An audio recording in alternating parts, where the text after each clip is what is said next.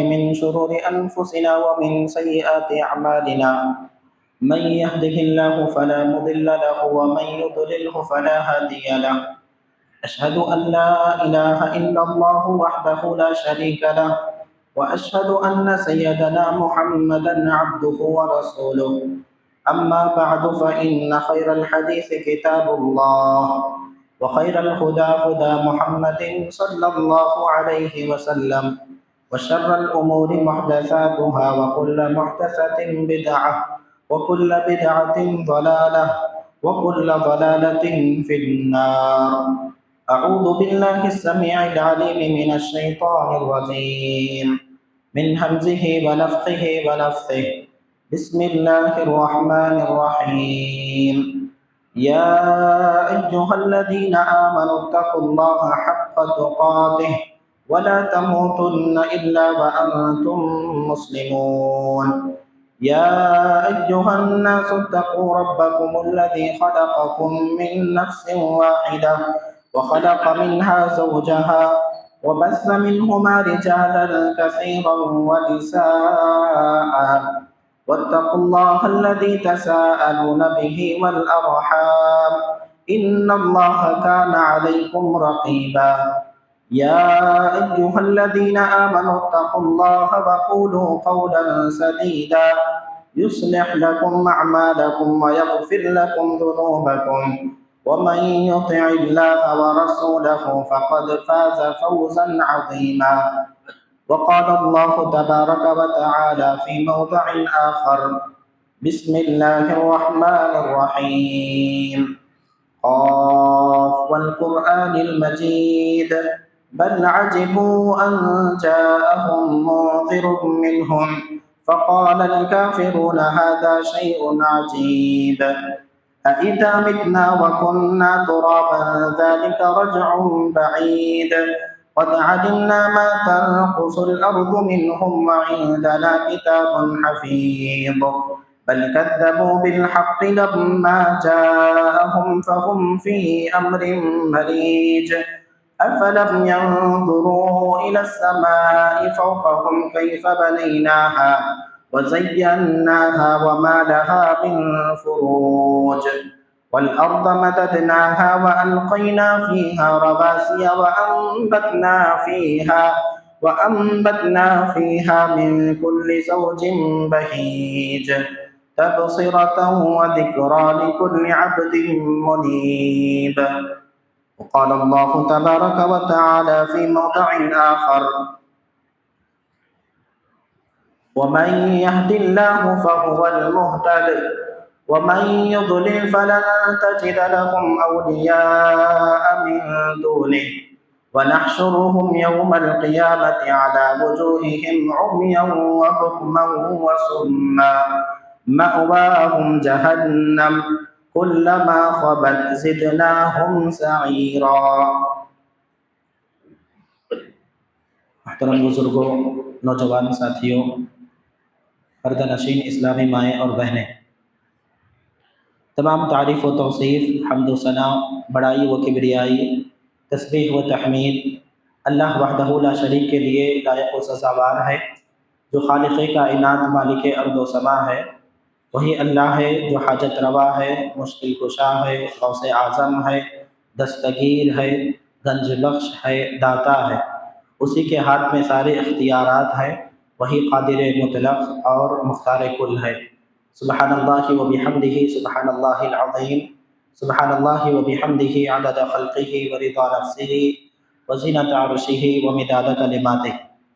بعدہ لاکھوں کروڑوں درود ہو تمام انبیاء کرام علیہم السلام پر، بالعموم اور بالخصوص جناب محمد الرسول اللہ صلی اللہ علیہ وسلم پر، صلوات اللہ وسلامہ علیہ۔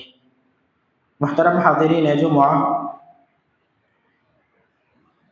اللہ رب العزت نے ہر انسان کے اندر فطری طور پر حق کو تلاش کرنے، حق کی پہچان کے لیے کوشش کرنے اور اس کے لیے جستجو کرنے کا مادہ اللہ رب العزت نے رکھا ہے۔ اور یہ مادہ یعنی حق کو پہچاننا یا پھر حق کو تلاش کرنا، یہ مادہ انسان کی زندگی کے اندر کبھی نہ کبھی اجاگر ہوتا ہے اور انسان کو سوچنے پر مجبور کرتا ہے کہ حق کیا ہے اور حق کی پہچان کیسے حاصل کی جا سکتی ہے اور اس کی حقیقت کو کیسے واضح کیا جا سکتا ہے۔ ہر انسان کی زندگی کے اندر کبھی نہ کبھی ایسا لمحہ آتا ہے جو انسان اس لمحے کو یا پھر اس بات کو سنجیدگی سے لیتا ہے، وہ حق کی تلاش میں لگ جاتا ہے، حق کی پہچان میں لگ جاتا ہے، حق کی طلب میں لگ جاتا ہے، اور پھر ایک نہ ایک دن ایسا آتا ہے کہ وہ حق کو پا لیتا ہے۔ اور جو آدمی اس لمحے کو ایک شیطانی وسوسہ سمجھتا ہے اور پھر اس خیال کو اپنے ذہن و دماغ سے نکال دیتا ہے، تو پھر وہ انسان ہمیشہ گمراہی میں پڑا ہوا رہتا ہے اور گمراہی میں اور آگے بڑھتا ہی چلا جاتا ہے۔ حق کیا ہے اور اس کی پہچان کیسے حاصل کی جا سکتی ہے، یہ انسان کو ہمیشہ سوچنا چاہیے، کیونکہ حق ہی ہے کہ جس کے اوپر رہ کر اس دنیا کے اندر کامیاب ہو سکتا ہے اور آخرت کے اندر بھی اسی کے مطابق کامیابی ملنے والی ہے۔ اللہ رب العزت نے ایک آیت کے اندر حق کی جو حقیقت ہے یا پھر حق کی جو اہمیت ہے اس کو واضح کر دیا۔ اللہ نے کہا فَمَاذَا بَعْدَ الْحَقِّ إِلَّا الضَّلَالُ، کہ پھر حق کے آ جانے کے بعد، حق کے واضح ہو جانے کے بعد تو پھر کیا باقی رہے گا؟ کیا باقی رہے گا؟ اللہ نے خود فرمایا الا الضلال، کہ حق کے بعد صرف اگر دنیا کے اندر کوئی چیز باقی ہے تو وہ صرف گمراہی ہے، کہ آپ کے سامنے کوئی بات آئی کسی کے معاملے کو لے کر اور وہ حق ہے اور آپ نے اپنی طبیعت کے مطابق اس کو قبول نہ کیا، تو پھر آپ کے اندر گمراہی رہ گئی، آپ نے حق کو ٹھکرا دیا۔ یعنی حق ایک ایسی چیز ہے اگر آپ نے اپنا لیا تو آپ حق پر قائم ہو گئے، اور اگر ٹھکرا دیا تو پھر آپ اپنے آپ کو گمراہی کے راستے پر ڈال دیے۔ اور آج کے اس دور میں جہاں پر ہم زندگی گزار رہے ہیں، ایسے ماحول کے اندر حق کی معرفت کے لیے کوشش کرنا یا پھر حق کی پہچان کے لیے جستجو کرنا ہر ایک انسان کے لیے بے انتہا ضروری ہے، کیونکہ باطل نظریات، ایسے باطل نظریات، لبرلزم، سیکولرزم، الحاد اور لادینیت اور مادہ پرستی، ایسے باطل نظریات آج معاشرے کے اندر سر چڑھ کر بول رہے ہیں، اور ایسی چیزیں معاشرے کے اندر آئے دن بڑھتے جا رہے ہیں جو اسلام کی تعلیمات کے اندر شکوک اور شبہات پیدا کرتے ہیں یا پھر اسلام کی تعلیمات کو نشانہ بناتے ہیں۔ تو ایسے معاشرے کے اندر جب ہم رہ رہے ہیں تو حق کیا ہے، حق کی معرفت کیسے حاصل ہو سکتی ہے، اس بات کی کوشش کرنا ہمیں ہر ایک کی ضرورت ہے، اور ہر ایک کو اس کے لیے کوشش کرنا، اس کے لیے جستجو کرنا ضروری ہے۔ اور اللہ رب العزت نے قرآن مجید کے اندر حق کے راستے کو بڑے ہی واضح انداز میں بیان کر دیا۔ اللہ رب العزت نے سورۃ الانعام کے اندر کہا وَأَنَّ هَذَا صِرَاطِي مُسْتَقِيمًا فَاتَّبِعُوهُ، کہا کہ یہ میرا سیدھا راستہ ہے، فَاتَّبِعُوهُ، سیدھا راستہ ہے لہذا تم اس کی اتباع کرنا، وَلَا تَتَّبِعُوا السُّبُلَ، اور راستوں کی پیروی نہ کرنا، فَتَفَرَّقَ بِكُمْ عَنْ سَبِيلِهِ، تو پھر تمہیں اور راستے میں اگر تم لگ جاؤ گے تو پھر یہ تمہیں سیدھے راستے سے جدا کر دیں گے، سیدھے راستے سے تمہیں ہٹا دیں گے۔ ذَلِكُمْ وَصَّاكُمْ بِهِ لَعَلَّكُمْ تَتَّقُونَ، یہ تمہیں اللہ رب العزت کی وصیت ہے تاکہ تم ضلالت اور گمراہی سے بچ سکو یا پھر تاکہ تم متقی اور پرہیزگار بن سکو۔ جب یہ آیت کریمہ نازل ہوئی اللہ کے نبی صلی اللہ علیہ وسلم کے اوپر، اللہ کے نبی صلی اللہ علیہ وسلم نے زمین پر ایک خط کھینچا جو سیدھا تھا۔ اللہ کے نبی صلی اللہ علیہ وسلم نے فرمایا کہ یہ ہے صراط مستقیم، کہ جس کی طرف میں اور میرے ساتھ صحابہ اکرام جس کی طرف دعوت دیتے ہیں، یہ ہے سیدھا راستہ۔ پھر اللہ کے نبی صلی اللہ علیہ وسلم نے کیا کیا، اس راستے کے اطراف میں بائیں اور دائیں جانب اللہ کے نبی صلی اللہ علیہ وسلم نے کئی خطوط کھینچے، اللہ کے نبی صلی اللہ علیہ وسلم نے کئی لکیریں کھینچی، اور پھر کیا فرمایا کہ یہ ہے شیطان کی راہیں، یہ ہے گمراہی کے راستے کہ جن کی طرف تمہیں شیطان دعوت دیتا ہے۔ اللہ کے نبی صلی اللہ علیہ وسلم کی اس حدیث کے اندر کئی ساری باتیں ہیں، یہ ایک آیت اور یہ ایک حدیث آپ ذرا غور سے دیکھیں۔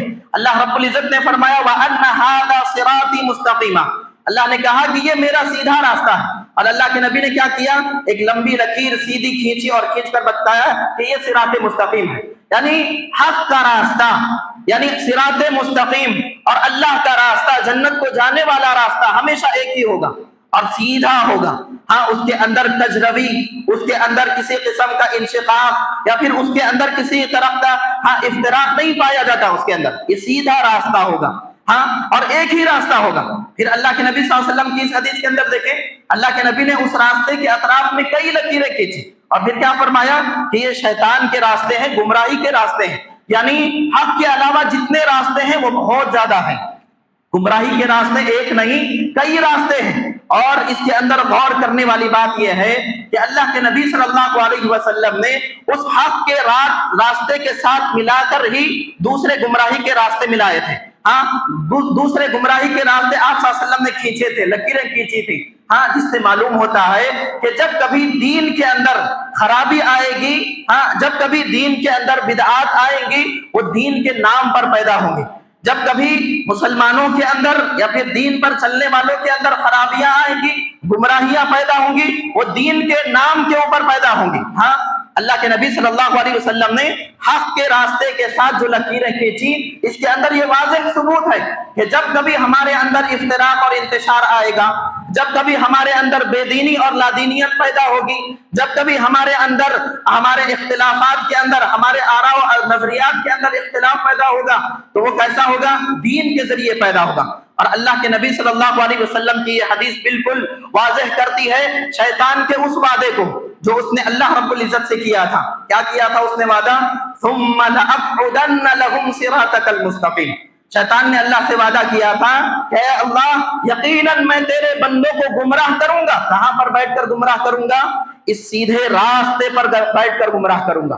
ہاں، اس سیدھے راستے پر بیٹھ کر لوگوں کو گمراہ کروں گا۔ ہاں، لوگوں کو وہ دعوت دے گا دین کے نام پر، لیکن وہ اصل میں کیا ہوگی؟ بے دینی ہوگی۔ لوگوں کو وہ دعوت دے گا ایسے کاموں کی طرف جو جہنم کو لے جا رہے ہوں گے، لیکن لوگ کیا سمجھ رہے ہوں گے؟ وہ ایسے کام کر رہے ہیں جو انہیں جنت کا راستہ دکھلاتے ہوں یا پھر جنت میں داخل کرتے ہوں۔ ہاں، وہ عمل کر رہے ہوں گے ان کاموں کو جو شیطان جن کی طرف بلا رہا ہے، لیکن سمجھ رہے ہوں گے کہ یہ سنت کا راستہ ہے، اللہ کے رسول کی محبت کا راستہ ہے، صحابہ کرام کا راستہ ہے۔ یعنی دین کے نام پر بے دینی مسلمانوں کے اندر یا پھر امت کے اندر یہ شیطان پیدا کرے گا۔ اللہ کے نبی صلی اللہ علیہ وسلم کی یہ حدیث اس بات کی واضح دلیل ہے کہ آج معاشرے کے اندر جو بے دینی پائی جاتی ہے، آج معاشرے کے اندر جو مسلمانوں کے اندر عقائد کے اندر بگاڑ پایا جاتا ہے، وہ اسی راستے سے آیا ہوا ہے کہ ہم نے اپنے آپ کو حق پر قائم تو کیا تھا پہلے، لیکن پھر آگے چل کر شیطان کی راہ کی طرف پلٹ گئے، پھر آگے چل کر ہم گمراہی کے راستے کی طرف پلٹ گئے اور اپنے آپ کو لگا دیا۔ اللہ کے نبی صلی اللہ علیہ وسلم نے فرمایا کہ حق کا راستہ ہمیشہ ایک ہی ہوگا اور وہ کیا ہوگا؟ سیدھا ہوگا۔ سبحان اللہ۔ اللہ کے نبی صلی اللہ علیہ وسلم کی یہ جو حدیث ہے، اس کے اندر ہمیں جو بات معلوم ہوتی ہے کہ بے دینی کیسے پیدا ہوگی؟ دین کے نام پر پیدا ہوگی۔ آج آپ دیکھ لیں، مثال کے طور پر کوئی زنا کر رہا ہے، آپ اس سے پوچھیں کہ کیا وہ اچھا عمل کر رہا ہے؟ وہ کہے گا کہ میں برا عمل کر رہا ہوں۔ ایک شراب پینے والا، اس سے آپ پوچھیں کہ کیا شراب پینا اچھا عمل ہے؟ وہ کہے گا اپنی زبان سے کہ نہیں، شراب پینا اچھا عمل نہیں، برا عمل ہے۔ اپنی زبان سے اقرار کرے گا کہ شراب پینا، زنا کرنا یہ برا عمل ہے، لیکن اس کے بالمقابل ایک بدعتی سے آپ پوچھیں فاتحہ کرنا کیسا عمل ہے؟ وہ کہے گا کہ بہت نیک عمل ہے۔ کسی بدعتی سے آپ پوچھیں طواف کرنا قبروں کا کیسا ہے؟ وہ کہے گا کہ بہت بڑا کار ثواب ہے۔ کسی بدعتی سے آپ پوچھیں تعویذ لٹکانا، گنڈے پلیتے پہننا یہ کیسا عمل ہے؟ وہ کہے گا برکت والا عمل ہے۔ سبحان اللہ۔ بے دینی کیسے پیدا ہو رہی ہے؟ دین کے نام پر پیدا ہو رہی ہے۔ یہی فرق ہے معصیت کے اندر اور بدعت کے اندر، کہ ایک گناہ، ایک معصیت ایسی ہوتی ہے کہ جس کے کرنے کے بعد انسان اقرار کرتا ہے کہ میں نے گناہ کیا ہے، انسان سمجھتا ہے، احساس رکھتا ہے کہ میں گناہ کے راستے پر گامزن ہوں، لیکن ایک بدعت کا کام انجام دینے والا آدمی کبھی نہیں کہتا کہ میں بدعتی کاموں کو انجام دے رہا ہوں۔ ایک بدعتی کاموں میں مبتلا شخص کبھی نہیں کہے گا کہ میں شیطان کے راستے پر چل رہا ہوں، گمراہی کے راستے پر چل رہا ہوں۔ اللہ کے نبی صلی اللہ علیہ وسلم نے جو بات بیان فرمائی ہے، آج کے معاشرے کے اندر بالکل صادق آتی ہے۔ ہمارے مسلمانوں کے حالات کو دیکھیں تو بالکل واضح ان کے اوپر فٹ ہوتی ہے۔ وجہ کیا ہے کہ ہمارے مسلمانوں کے اندر جو عقائد کے اندر بگاڑ ہے، آراء و نظریات کے اندر جو اختلاف ہے، وہ اسی دین کی وجہ سے پیدا ہوا ہے۔ عید میلاد منانے والوں سے آپ کہیں، آپ کو ان کے پاس دلائل مل جائیں گے۔ شب معراج منانے والوں کے آپ چاہیں ان کے پاس آپ کو دلائل مل جائیں گے، شب برات منانے والوں کے ان کے الگ دلائل مل جائیں گے، ہر ایک کے اپنے اپنے دلائل ہیں، لیکن کسی کو اس بات کی کوئی پرواہ نہیں کہ اللہ کے رسول کی کیا اس سے ثبوت ملتا ہے، ہاں قرآن اور حدیث سے اس سے کیا ثبوت ملتا ہے۔ ہاں اللہ کے نبی صلی اللہ علیہ وسلم نے یہ بات جو بیان فرمائی ہے کہ دین کے نام پر دین کے اندر کیا ہے بے دینیاں پیدا ہوں گی، بدعات اور خرافات پیدا ہوں گی۔ محترم سامعین، چاہے ہزار بدعتیں، چاہے ہزار خرابیاں اور چاہے ہزار ظلمتیں دین کے اندر آ جائیں، لیکن کبھی حق کیا ہے مٹے گا نہیں، حق کیا ہے کبھی بھی اس کی روشنی مدھم نہیں پڑے گی، حق کیا ہے کبھی بجھے گا نہیں، حق کا یہ چراغ ہمیشہ جگمگاتا رہے گا، حق کا یہ نور ہمیشہ واضح رہے گا۔ اللہ کے نبی صلی اللہ علیہ وسلم نے احادیث کے اندر خبر کر دی ہے کہ ہزار ظلمتیں آ جائیں بدعات کی، ہزار ظلمتیں آ جائیں افکار اور نظریات کی، ہزار ظلمتیں آ جائیں بدعات اور خرافات کی، لیکن حق کا نور ہمیشہ قائم رہے گا، حق ہمیشہ واضح رہے گا۔ اللہ کے نبی صلی اللہ علیہ وسلم نے ایک حدیث کے اندر فرمایا، کہا اللہ کے نبی صلی اللہ علیہ وسلم نے ان اللہ لا یجمع امتی علی ضلالہ، اللہ کے نبی صلی اللہ علیہ وسلم نے فرمایا کہ بے شک اللہ رب العزت میری امت کو کبھی گمراہی پر جمع نہیں کرے گا، ہاں یہ امت پوری کی پوری گمراہی پر جمع ہو جائے ایسا نہیں ہو سکتا۔ اللہ کے نبی صلی اللہ علیہ وسلم کی ایک دوسری حدیث ہے، اللہ کے نبی صلی اللہ علیہ وسلم نے فرمایا لا تزال طائفة من امتی ظاہرین علی الحق، اللہ کے نبی صلی اللہ علیہ وسلم فرماتے ہیں کہ میری امت کے اندر ایک گروہ، ایک جماعت ایسی ہمیشہ رہے گی قیامت کی صبح تک جو ہمیشہ کیا ہے حق پر قائم رہے گی، جو ہمیشہ حق پر اور حق پر ڈٹے رہے گی، ایسی ایک جماعت ہمیشہ باقی رہے گی، برابر قائم رہے گی۔ اللہ کے نبی صلی اللہ علیہ وسلم کی ان دونوں حدیثوں کو آپ دیکھ لیں، آپ کو معلوم ہو جائے گا کہ حق کیا ہے اور حق کی حقیقت کیا ہے۔ ہاں اللہ کے نبی صلی اللہ علیہ وسلم نے واضح کر دیا یہ حق کیا ہے، ہمیشہ باقی رہے گا، چاہے ہزار بدعات و خرافات آ جائیں، چاہے ہزار افکار اور نظریات آ جائیں، لیکن حق کا نور ہمیشہ جگمگاتا رہے گا۔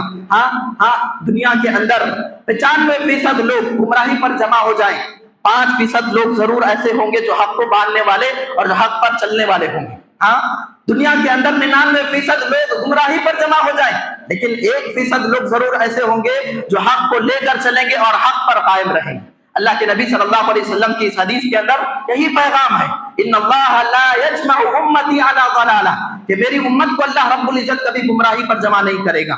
اللہ کے نبی صلی اللہ علیہ وسلم کی ایک اور حدیث ہے کہ حق ہمیشہ واضح رہے گا اور حق کا نور ہمیشہ جگمگاتا رہے گا۔ اللہ کے نبی صلی اللہ علیہ وسلم نے فرمایا ان اللہ یبعث لهذه الامه على كل راس 100 سنه يجدد لها دينها او كما قال عليه الصلاه والسلام۔ اللہ کے نبی صلی اللہ علیہ وسلم فرماتے ہیں کہ بے شک اللہ رب العزت اس امت کے اندر ہر 100 سال میں ایک ایسے گروہ کو پیدا کرے گا یا پھر ایک ایسے شخص کو جنم دے گا جو دین کو کیا کرے گا زندہ کرے گا، ہاں ان سنتوں کو زندہ کرے گا جو مر چکی ہیں، ہاں ان چیزوں کو الگ کرے گا دین سے جو دین کے اندر بے دینی کے نام پر داخل ہو چکی ہیں۔ جتنی چیزیں بدعات کی، خرافات کی، افکار اور نظریات کی، جتنی چیزیں جو دین اسلام کا حصہ نہیں ہیں، دین اسلام کے اندر داخل ہو چکی ہیں، یہ ایسے لوگ اللہ رب العزت پیدا کرے گا جو کیا کریں گے ان تمام غلط افکار، غلط عقائد اور نظریات کو کیا کریں گے دین سے الگ کریں گے اور لوگوں کے سامنے حق کو پیش کریں گے۔ یجدد لها دینها، دین کو زندہ کریں گے اللہ رب العزت نے۔ یہی وجہ ہے کہ اللہ کے نبی صلی اللہ علیہ وسلم کی یہ حدیث ہے کہ حق ہمیشہ کیا ہے دنیا کے اندر واضح رہے گا، حق ہمیشہ دنیا کے اندر کیا ہے جگمگاتا رہے گا۔ سبحان اللہ۔ اللہ کے نبی صلی اللہ علیہ وسلم کی ایک اور حدیث ہے جس کے اندر اللہ کے نبی صلی اللہ علیہ وسلم نے فرمایا کہ یہ حق کو لوگوں تک پہنچانے والے کون ہیں، ہاں اس حق کو لوگوں تک بتلانے والے، ان کو اس کی طرف بلانے والے کون ہیں؟ علماء اکرام کے اندر بھی کئی ایسے علماء ہیں جو باطل کی طرف دعوت دیتے ہیں، جو حقیقت میں شیطان کے شیدائی ہیں اور شیطان کے دعوت کے متوالے ہیں۔ حقیقت میں وہ لوگ کیا ہیں جہنم کی طرف دعوت دینے والے ہیں، لیکن بعض علماء ایسے ہوں گے ہاں جو حق کو اٹھائیں گے اور حق کی طرف دعوت دیں گے۔ اللہ کے نبی صلی اللہ علیہ وسلم نے فرمایا يحمل هذا العلم من كل خلف عدوله ينفون عنه تحريف الغالين وانتحال المبطلين وتأويل الجاهلين او كما قال عليه الصلاة والسلام۔ اللہ کے نبی صلی اللہ علیہ وسلم نے فرمایا کہ اس علم کو یعنی علم دین کو ہاں ہر نسل کے سب سے معتبر اور سب سے زیادہ نیک لوگ اٹھائیں گے، پھر کیا کریں گے ینفون عنہ، ينفون عنه تأویل الغالین، تحریف الغالین، کیا کریں گے؟ جو غلو کرنے والے ہیں دین کے اندر، ہاں، جو دین کے اندر انتہا پسندی سے کام لینے والے ہیں، جو دین کے اندر افراد سے کام لینے والے ہیں، ایسے لوگوں کی تحریفات سے کیا کریں گے؟ دین کو صاف کریں گے، دین کو واضح کریں گے، اور دین کو لوگوں کے سامنے اس کے بعد واضح کر کے لوگوں کے سامنے پیش کریں گے۔ ينفون عنه تحریف الغالین وانتحال المبتلین۔ دوسری بات اللہ کے نبی صلی اللہ علیہ وسلم نے فرمایا کہ ایسے علماء پیدا ہوں گے جو باطل پرستوں کی نسبت کی طرف جو دین جا چکا ہے اس نسبت سے ہٹا کر اللہ رب العزت اور اللہ کے رسول صلی اللہ علیہ وسلم کی طرف لے کر آئیں گے۔ ہاں، یہ ایسے لوگ، ایسے علماء پیدا ہوں گے۔ اور پھر آگے فرمایا وَتَأْوِيلَ الْجَاهِلِينَ، جب کبھی اس دین کے اندر جاہلوں کی تعویلیں، جاہلوں کے اپنے افکار اور نظریات اس دین کے اندر شامل ہوں گے، ایسے علماء اور حق پرست لوگ پیدا ہوں گے جو اس دین کو واضح کریں گے اور لوگوں کے سامنے پیش کریں گے۔ اللہ کے نبی صلی اللہ علیہ وسلم کی یہ جتنی احادیث ہیں، ان تمام احادیث کے اندر ایک ہی بات ہے کہ حق ہمیشہ کیا ہوگا؟ واضح ہوگا، حق ہمیشہ صاف ہوگا، ستھرا ہوگا۔ اگر آدمی اس حق کو تلاش کرنے کی کوشش کرے یقیناً یہ حق اس کو مل جائے گا۔ ہاں، اس آدمی کے اندر طلب صادق اگر ہے وہ یقیناً حق کے راستے پر آئے گا اور حق پر قائم ہو جائے گا۔ لیکن اگر حق کو پانے کی جستجو نہیں ہے، حق کو پانے کی کوشش نہیں ہے، تو پھر حق چاہے کتنا بھی واضح ہو، حق چاہے کتنا بھی روشن ہو، اگر پانے کی طلب نہیں ہے، اگر پانے کا شوق نہیں ہے، اس آدمی کو کیا ہے؟ حق نہیں مل سکتا۔ ہاں، اللہ رب العزت نے قرآن مجید کے اندر فرمایا وَالَّذِينَ جَاهَدُوا فِينَا لَنَهْدِيَنَّهُمْ سُبُلَنَا۔ اللہ نے کہا کہ وہ لوگ جو ہمارے راستوں میں محنت کرتے ہیں، یعنی حق کو جاننے کی کوشش کرتے ہیں، حق کو پہچاننے کی کوشش کرتے ہیں اور حق کی طرف کوشش کرتے ہوئے اس کو جانچنے کی کوشش کرتے ہیں، ہاں، اللہ نے کہا لَنَهْدِيَنَّهُمْ سُبُلَنَا، ہم ایسے لوگوں کو حق کے راستوں کی طرف کیا کریں گے؟ ضرور رہنمائی کریں گے، ہم ہمارے راستوں کی طرف ضرور ان کی رہنمائی کریں گے۔ اگر حق کی طلب نہ ہو، ہاں، حق کو تلاش کرنے کی جستجو نہ ہو، تو پھر انسان کو حق نہیں ملتا۔ مکہ کے اندر رہنے والے، مکہ کے اندر پیدا ہونے والے، مکہ کے اندر پرورش پانے والے لوگ کتنے تھے، لیکن ان میں سے کتنے لوگوں کو حق کی توفیق ملی، قبول حق کی توفیق ملی؟ بہت کم لوگ تھے۔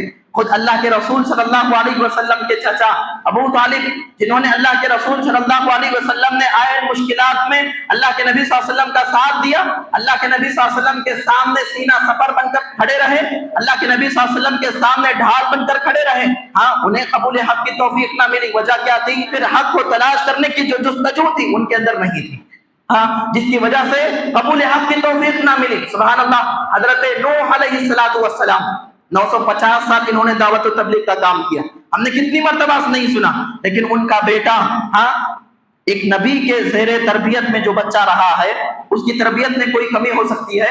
نہیں ہو سکتی۔ ہاں، ایک نبی اگر پرورش کرتا ہے تو پھر وہ سب سے بہترین آدمی ہوگا، ہاں، معاشرے کا سب سے بہترین انسان ہوگا جو نبی کی تربیت میں پلا بڑا ہو۔ لیکن کیا وجہ ہے کہ نبی کی تربیت میں، نبی کی آغوش میں رہ کر بھی حضرت نوح علیہ السلام کے بیٹے کو قبول حق کی توفیق نہ ملی؟ ہاں، یہی چیز اس کے اندر مفقود تھی کہ حق کو تلاش کرنے کی جو جستجو ہے، حق کو پانے کی جو تڑپ ہے، حق کو پانے کی جو طلب ہے اس کے اندر نہیں تھی، جس کی وجہ سے وہ قبول حق کی توفیق سے محروم رہا۔ سبحان اللہ، حضرت سلمان فارسی رضی اللہ تعالیٰ عنہ ہے ہمارے سامنے۔ حضرت سلمان فارسی رضی اللہ تعالیٰ عنہ کے قبول اسلام کا واقعہ آپ پڑھیں، مختصر طور پر میں آپ کو بتلاتا چلوں۔ حضرت سلمان فارسی رضی اللہ تعالیٰ عنہ آتش پرست تھے، یعنی آگ کی پوجا کیا کرتے تھے۔ ایک مرتبہ ایک چرچ کے سامنے سے گزر ہوا، ان کی باتیں سنی اور ان کی باتیں پسند آئی اور ان کے دین کو انہوں نے قبول کر لیا۔ یعنی اس وقت کا جو دین تھا عیسائی دین، اس دین کو انہوں نے قبول کر لیا، لیکن اس کے اندر بھی چونکہ بہت ساری تبدیلیاں آ چکی تھیں، اس کے اندر بھی بہت ساری تحریفات آ چکی تھیں، تو انہوں نے اس وقت سے لے کر، اپنے زمانے سے لے کر اللہ کے نبی صلی اللہ علیہ وسلم کی بعثت تک یا پھر اللہ کے رسول کے اوپر ایمان لانے تک تقریباً 10 پادریوں کی انہوں نے خدمت کی۔ ہاں، 10 پادریوں کے پاس وہ گئے تاکہ قبول حق کی توفیق انہیں مل جائے، یعنی حق کو پانے کے لیے، ہاں، حق کی طلب میں یہ حق ہے اس کو پہچاننے کے لیے، ہاں، 10 پادریوں کے پاس ہو گئے۔ ہاں، تب کہیں جا کر انہیں ایک پادری نے کہا جو آخری پادری تھا کہ اب وقت آ چکا ہے اس پیغمبر کے آنے کا کہ جو سب سے آخری پیغمبر ہوگا اور جس کی یہ نشانیاں، ہاں مکہ آئے تو کیسی حالت میں آئے؟ غلام بن کر آئے۔ اللہ کے نبی صلی اللہ علیہ وسلم نے نبوت کا اعلان کیا تو اللہ کے نبی صلی اللہ علیہ وسلم کے پاس ایک مرتبہ صدقے کا مال لے کر آئے، اور اللہ کے نبی صلی اللہ علیہ وسلم صدقہ قبول نہیں کرتے تھے، اللہ کے نبی نے لینے سے انکار کر دیا۔ دوسری مرتبہ آئے تو تحفہ لے کر آئے، اللہ کے نبی نے قبول کر لیا، اور پھر تیسری مرتبہ آئے تو آپ کی پیٹھ کے اوپر جو مہر نبوت تھی اس کو دیکھنے کی کوشش کی۔ اللہ کے نبی صلی اللہ علیہ وسلم نے خود بتلا دیا۔ جب تمام چیزیں نشانیاں واضح ہو گئیں، اللہ کے نبی صلی اللہ علیہ وسلم کے سامنے زار و قطار روئے، کیا کہہ کر؟ یہ پوری داستان بتلائے کہ میں اپنے شہر فارس سے نکلا قبول حق کی تلاش میں۔ کس لیے؟ حق کی تلاش میں کہ حق کون سا ہے آخر، اس کی جستجو میں، اس کی کوشش میں نکلا ہوں، اور آج جا کر مجھے حق ملا ہے۔ سبحان اللہ۔ اللہ کے نبی صلی اللہ علیہ وسلم ان کی داستان سن کر خود روئے، اور حضرت سلمان فارسی اپنی داستان بتاتے ہوئے خود روئے، یہاں تک کہ وہ اس مشرف اسلام ہو گئے۔ یہ قبول حق کے لیے جو جستجو ہے، جس آدمی کے اندر یہ جستجو ہوتی ہے، جس آدمی کے اندر پانے کی تڑپ ہوتی ہے، وہی آدمی کیا ہے؟ حق کو قبول کر سکتا ہے۔ ہاں ورنہ نبی کے گھر میں رہنے والا، نبی کے ساتھ رہنے والا، نبی کا رشتہ دار ہی کیوں نہ ہو، اس آدمی کو قبول حق کی توفیق نہیں مل سکتی اگر اس کے اندر سچی تڑپ نہ ہو، اگر اس کے اندر طلب صادق نہ ہو۔ محترم سامعین، یہ جو حق ہے، حق ہمیشہ واضح رہے گا، آپ اس کو پانے کی کوشش کریں، یقیناً اللہ رب العزت آپ کے لیے راستوں کو ہموار کرے گا، آپ کی رکاوٹوں کو اللہ رب العزت ہٹا دے گا۔ لیکن اگر حق کو پا لیا ہے، یا پھر اگر آپ حق کو جاننے کی کوشش کرتے ہیں، تو پھر اس کا معیار کیا ہے کہ آپ کیسے پہچانے کہ یہ حق ہے؟ ہاں کیسے پہچانے کہ یہی چیز ہے جس کو اپنانا ہے؟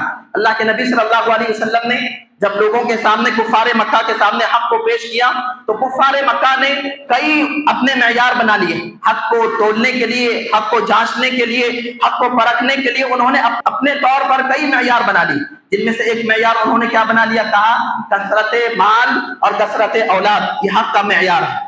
کہا کہ جن کے پاس سب سے زیادہ دنیا کی آسائشیں ہیں، دنیا کے اندر جن کے پاس سب سے زیادہ دنیا کی نعمتیں ہیں، یہی لوگ کیا ہیں؟ حق پرست ہیں، یہی لوگ حق پر قائم ہیں۔ قالوا نحن اکثر اموالا واولادا وما نحن بمعذبین، کہتے کہ ہم سب سے زیادہ کثرت مال اور کثرت اولاد والے ہیں، لہٰذا ہم عذاب نہیں دیے جائیں گے۔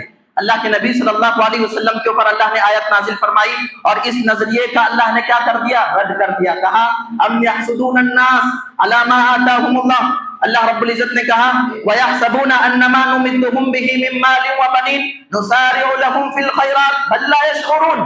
اللہ نے کہا کہ یہ لوگ کیا سمجھتے ہیں کہ ہم نے دنیا کی نعمتیں انہیں زیادہ دے دی، یا پھر دنیا کے اندر مال اور اولاد انہیں زیادہ دے دیا تو ہم ان کی طرف خیر کے کاموں میں آگے بڑھنے والے ہیں اور خیر بہت زیادہ عطا کرنے والے ہیں؟ کیا اس بات سے انہوں نے یہ سمجھ لیا ہے کہ یہ حق پر ہے؟ بل لا یشعرون، انہیں شعور نہیں ہے۔ پھر اللہ رب العزت نے ایک دوسرے مقام پر فرمایا وَيَوْمَ يُعْرَضُ الَّذِينَ كَفَرُوا عَلَى النَّارِ، کل ان کافروں کو جب جہنم کی آگ پر پیش کیا جائے گا تو کیا کہا جائے گا؟ اذهبتم طیباتکم فی حیاتکم الدنیا واستمتعتم بها، کہا جائے گا کہ تمہاری جو اچھائیاں تھیں، تمہارے حق میں جو اچھائیاں تھیں، تمہارے نیکیوں کا جو بدلہ تھا، وہ تمام کا تمام بدلہ اللہ رب العزت نے تمہیں دنیا کے اندر ہی دے دیا۔ ہاں اب دنیا کے اندر جو کچھ تم نے پا لیا وہی تمہاری اچھائیوں کا بدلہ تھا، اور وہی تمہارے لیے خیر تھا جو تمہارے نصیب میں لکھا ہوا تھا۔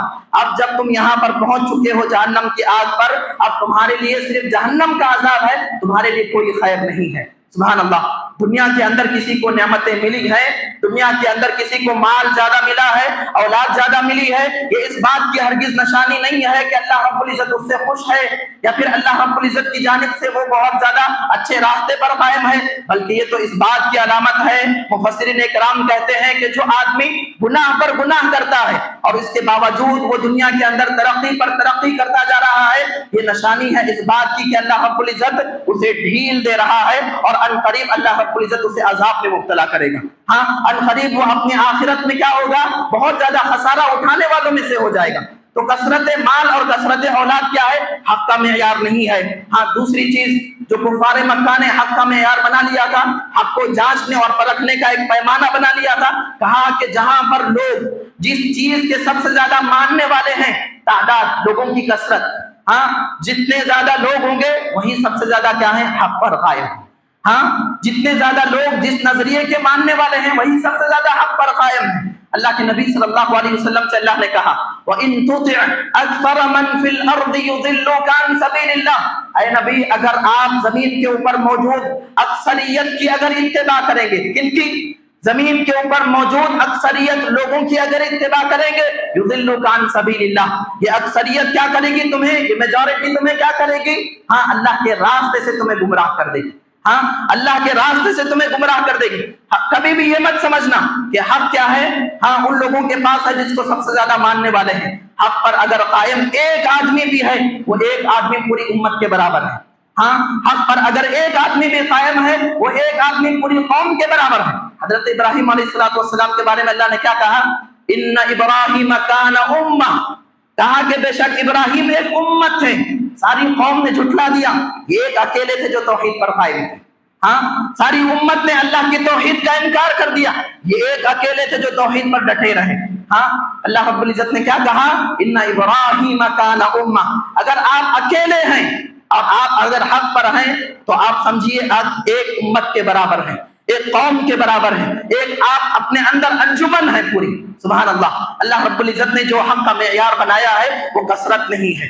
تیسری چیز جو کفار مکہ نے حق کا معیار جانچنے یا پھر پرکھنے کے لیے حق کو انہوں نے بنا لیا تھا ایک پیمانہ، وہ کیا تھا؟ ہاں نفس کی اتباع، کہ جو چیز دل کو اچھی لگے، جو چیز انہیں پسند آ جائے وہی حق ہے۔ ہاں اللہ رب العزت نے قرآن مجید کے اندر فرمایا فَإِن لَّمْ يَسْتَجِيبُوا لَكَ فَاعْلَمْ أَنَّمَا يَتَّبِعُونَ أَهْوَاءَهُمْ، اللہ رب العزت نے فرمایا کہ وہ لوگ جو آپ کی بات نہیں مانتے، ہاں تو آپ اچھی طرح جان لیں کہ یہ اپنے خواہشات کی اتباع کر رہے ہیں۔ وَمَنْ أَضَلُّ مِمَّنِ اتَّبَعَ هَوَاهُ بِغَيْرِ هُدًى مِّنَ اللَّهِ، اور جو اللہ کی ہدایت کو چھوڑ کر اپنے خواہش کی اتباع کرے، اپنے نفس کی اتباع کرے، تو اس سے بڑھ کر گمراہ شخص کون ہو سکتا ہے؟ اللہ رب العزت نے کیا کہا کہ جو چیز پسند آئے وہ حق کا معیار نہیں ہے، بلکہ وہ چیز حق کا معیار ہے جو اللہ اور اس کے رسول نے بیان کیا ہے۔ قال اللہ اور قال الرسول، یہ حق کا معیار ہے۔ آپ کے سامنے کوئی دین کی بات آئے، آپ قبول کریں اس وقت جب آپ کے سامنے قرآن کی کوئی آیت پیش کی جا رہی ہو یا پھر اللہ کے رسول صلی اللہ علیہ وسلم کی کوئی حدیث پیش کی جا رہی ہو، آپ قبول کریں، یہ حق کا معیار ہے۔ حق کا معیار کیا ہے؟ اطیعوا اللہ و اطیعوا الرسول، اللہ رب العزت نے یہی پیمانہ ہمیں عطا کیا۔ حق کا معیار کیا ہے؟ کتاب اللہ اور سنت رسول، کہ آپ ہمیشہ حق کو قبول کرنا چاہتے ہیں، آپ کے سامنے صرف یہ ایک ہی آپشن ہے جس کو اللہ رب العزت نے بیان کیا۔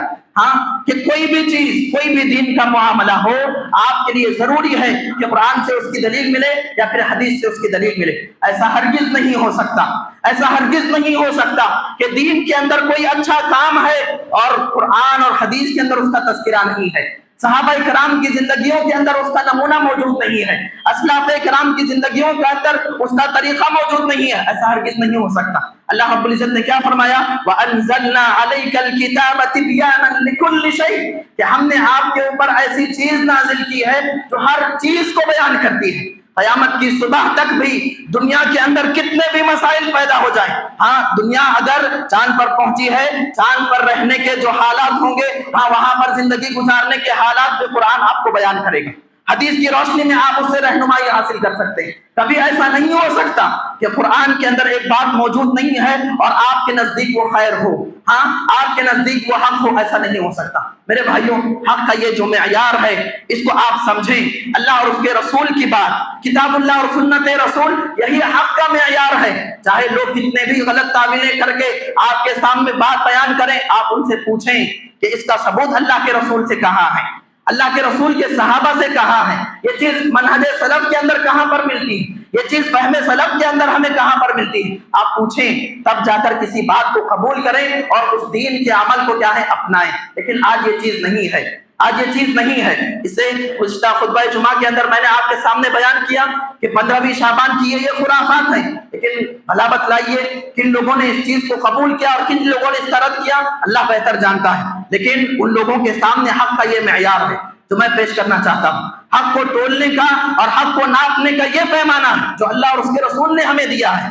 کہ آپ ہر بات کو کتاب اللہ اور سنت رسول کی روشنی میں حل کریں اور اس کے مطابق اپنی زندگی میں اس کو لائیں. یہی ہمارا اسوہ اور نمونہ ہے. قبول حق کے اندر بہت ساری رکاوٹیں ہیں، جیسے حسد ہے. بہت سارے آدمی حسد کی وجہ سے کیا نہیں کرتے؟ حق کو قبول نہیں کرتے. حق واضح ہو جاتا ہے لیکن قبول نہیں کرتے. اور اسی طرح غرور اور تکبر ہے. لوگوں کے سامنے قرآن کی بات، حدیث کی بات سب واضح ہو جاتا ہے، لیکن اپنے انا کی وجہ سے، اپنے غرور کی وجہ سے، تکبر کی وجہ سے قبول نہیں کرتے. اور بہت سے لوگ ایسے ہیں جو قبول حق کے اندر رکاوٹ ان کے اندر یہ ہوتی ہے کہ وہ کیا کرتے ہیں؟ اپنی اتباع میں یا پھر اپنے خاندان کے برادری میں اپنے خاندان کا مسئلہ بنا لیتے ہیں. اپنے خاندان اور برادری کا مسئلہ بناتے ہیں، یا پھر عہدہ اور منصب کا مسئلہ بنا لیتے ہیں. اور اس طرح کی بہت ساری رکاوٹیں ہیں جو قبول حق کے اندر رکاوٹیں بن سکتی ہیں. انشاءاللہ آئندہ کبھی اگر موقع ملے گا تو ہم کیا ہے خطبہ جمعہ میں اس کو بیان کریں گے. اللہ رب العزت سے دعا ہے کہ اللہ رب العزت ہم تمام کو کہنے سننے سے زیادہ عمل کی توفیق عطا فرمائے. جب تک زندہ رکھے ایمان پر زندہ رکھے. خاتمہ دے تو خاتمہ بالخیر عطا فرمائے. بارک اللہ لنا و ایاکم بالآیات والذکر الحکیم انہ تعالی جواد کریم ملک ورب غفور حلیم.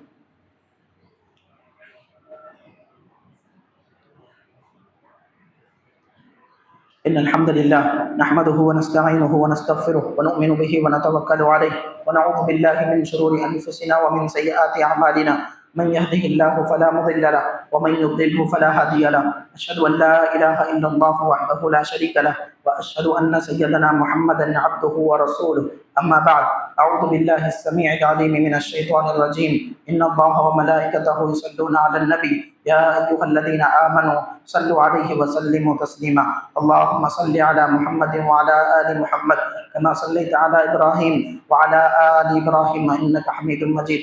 اللهم بارك على محمد وعلى آل محمد كما باركت على إبراهيم وعلى آل إبراهيم إنك حميد مجيد.